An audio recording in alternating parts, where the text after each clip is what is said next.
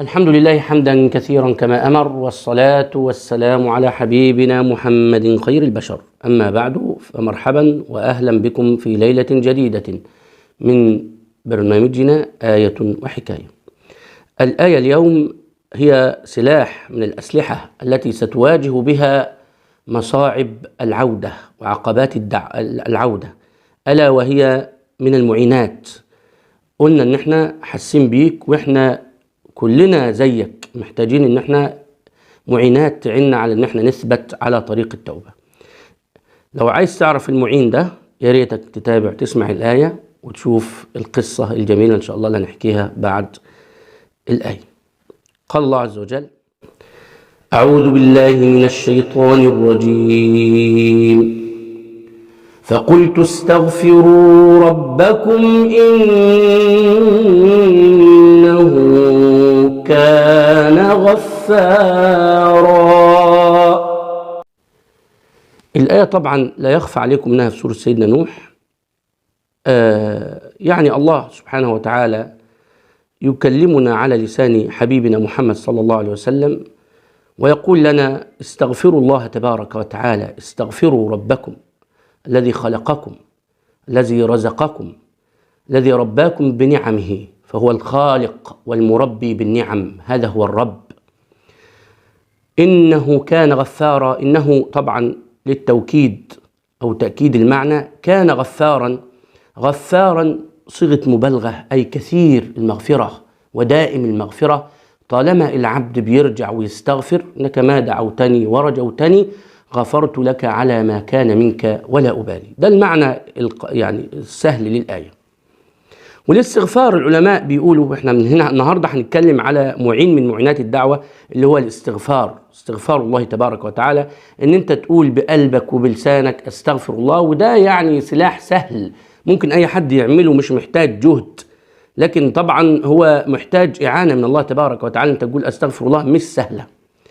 والاستغفار هنا العلماء بيقولوا على مقامين: مقام في العبودية، مقامين في العبودية. المقام الأول إنك أنت بتستغفر من ذنب أو بتطلب من ربنا حاجة، تطلب من ربنا شيء، عندك ذنب فبتستغفر عشان ربنا يغفره لك ويمحوه، أو إنك أنت بتطلب من الله تبارك وتعالى أي شيء في حياتك. وده تفسير الآية اللي بعد الآية دي: يرسل السماء عليكم مدرارا. يعني الله تبارك وتعالى وكأنه الآية بتقول وكأن السماء هي التي ستنزل مش المطر. يرسل السماء بما فيها من خيرات مدرارا، أي كثيرا كثيرا كثيرا. ويمددكم بأموال، عايز مال استغفر ربنا، عايز بنين وأولاد استغفر ربنا. يمددكم بأموال وبنين ويجعل لكم جنات في الدنيا، أرض وحدائق وخيرات برضو موجود طالما أنت بتستغفر. ويجعل لكم جنات ويجعل لكم أنهارا. دي فضائل الاستغفار للإنسان اللي عايز الأشياء دي. وطبعا هم لما دخلوا على الإمام الحسن، بعض الناس من سأله قال: يا إمام إني يعني فقير وأحتاج إلى مال، فقال له: استغفر الله. إني أريد ولد، فقال له: استغفر الله. إني يعني عندي ذنب، فقال له: استغفر الله. فالاستغفار بيفيد في كل شيء. ده مقام يعني أول. أما المقام الأعلى وهو المقام الذي كان عليه رسول الله صلى الله عليه وسلم، فقد كان رسول الله صلى الله عليه وسلم يستغفر في اليوم ما بين، في الجلسة الواحدة كانوا يعدون للنبي صلى الله عليه وسلم جلسة الواحدة، القعدة الواحدة. النبي صلى الله عليه وسلم ما كانش يقوم إلا لما يستغفر الله سبحانه وتعالى ما بين 70 إلى 100 مرة، إلى 100 مرة. وكان يقول الرسول صلى الله عليه وسلم: استغفروا الله وتوبوا إليه فإني أتوب إلى الله وأستغفره. ولما سئل رسول الله صلى الله عليه وسلم عن ذلك، وده المقام العالي بقى بتاع النبي، ونحن نفسنا نكون زي النبي صلى الله عليه وسلم، قال: يا رسول الله أولم يغفر لك ما تقدم من ذنبك وما تأخر؟ قال: بلى، ولكن أفلا أكون عبدا شكورا. يبقى النبي صلى الله عليه وسلم بيستغفر مش من ذنب، بيستغفر لأنه ربنا أعطاه من النعم ما يستحق عليها الله تبارك وتعالى إن احنا نستغفره كثيرا كثيرا. طيب، بعض الأحاديث البسيطة زي: من لزم الاستغفار جعل الله له من كل هم مخرجا ومن كل ضيق فرجا. والنبي صلى الله عليه وسلم يقول: طوبى لمن وجد في صحيفته يوم القيامة كثير استغفار. يعني يا فرحته يا سعادته اللي يلاقي في صفحته يوم القيامة كثير استغفار.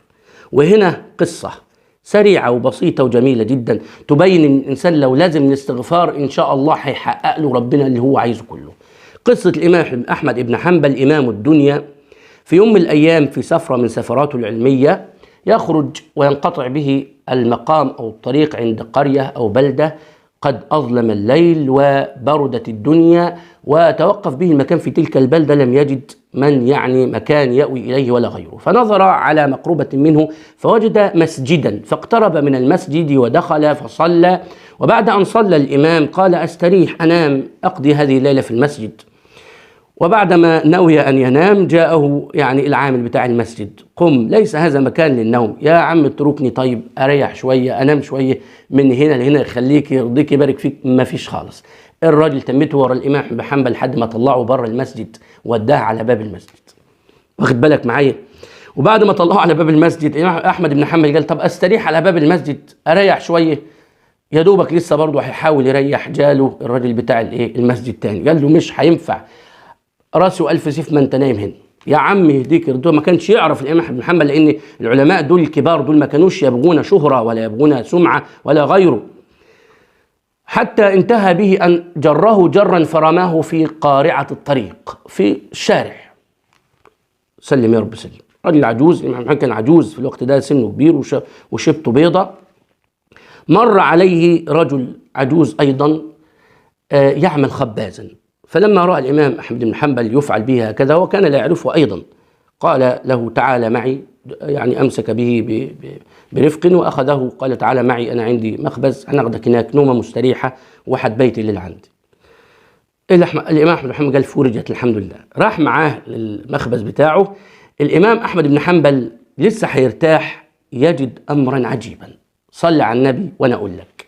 يجد إيه الإمام أحمد بن حنبل؟ هو قاعد يشوف الخباز كل ما يعجن عجنه ولا يعمل حاجة يقول: أستغفر الله أستغفر الله أستغفر الله. الإمام أحمد بن حنبل استعجب، الراجل ده إيه ده؟ فقال نسأله: أنت منذ متى وأنت تفعل هذا؟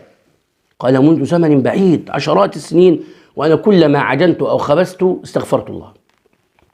قال له: طب وماذا تحقق لك؟ أنت لما عملت استغفار كتير كده إيه إيه اللي حصل لك؟ قال: والله ما دعوت دعوة إلا استجيبت لي، إلا دعوة واحدة. قال له: وما هي تلك الدعوة الغريبة؟ قال: طلبت من الله أن يريني الإمام أحمد بن حنبل فلم يحدث حتى الآن. فتعجب الإمام أحمد بن حنبل ووضع كفا على كف ونظر إليه بعجب وقال: ها هو أنا الإمام أحمد بن حنبل، جيء إليك جرا، جابوني ليك جر، لأن ربنا بيحبك من كثرة استغفارك. اللهم أنت ربي لا إله إلا أنت، خلقتني وأنا عبدك، وأنا على عهدك ووعدك ما استطعت، أعوذ بك من شر ما صنعت، أبوء لك بنعمتك علي وأبوء بذنبي فاغفر لي فإنه لا يغفر الذنوب إلا أنت. رأيت الذنوب تميت القلوب ويتبعها الذل إدمانها، وترك الذنوب حياة القلوب، وخير لنفسك عصيانها. والسلام عليكم ورحمة الله وبركاته.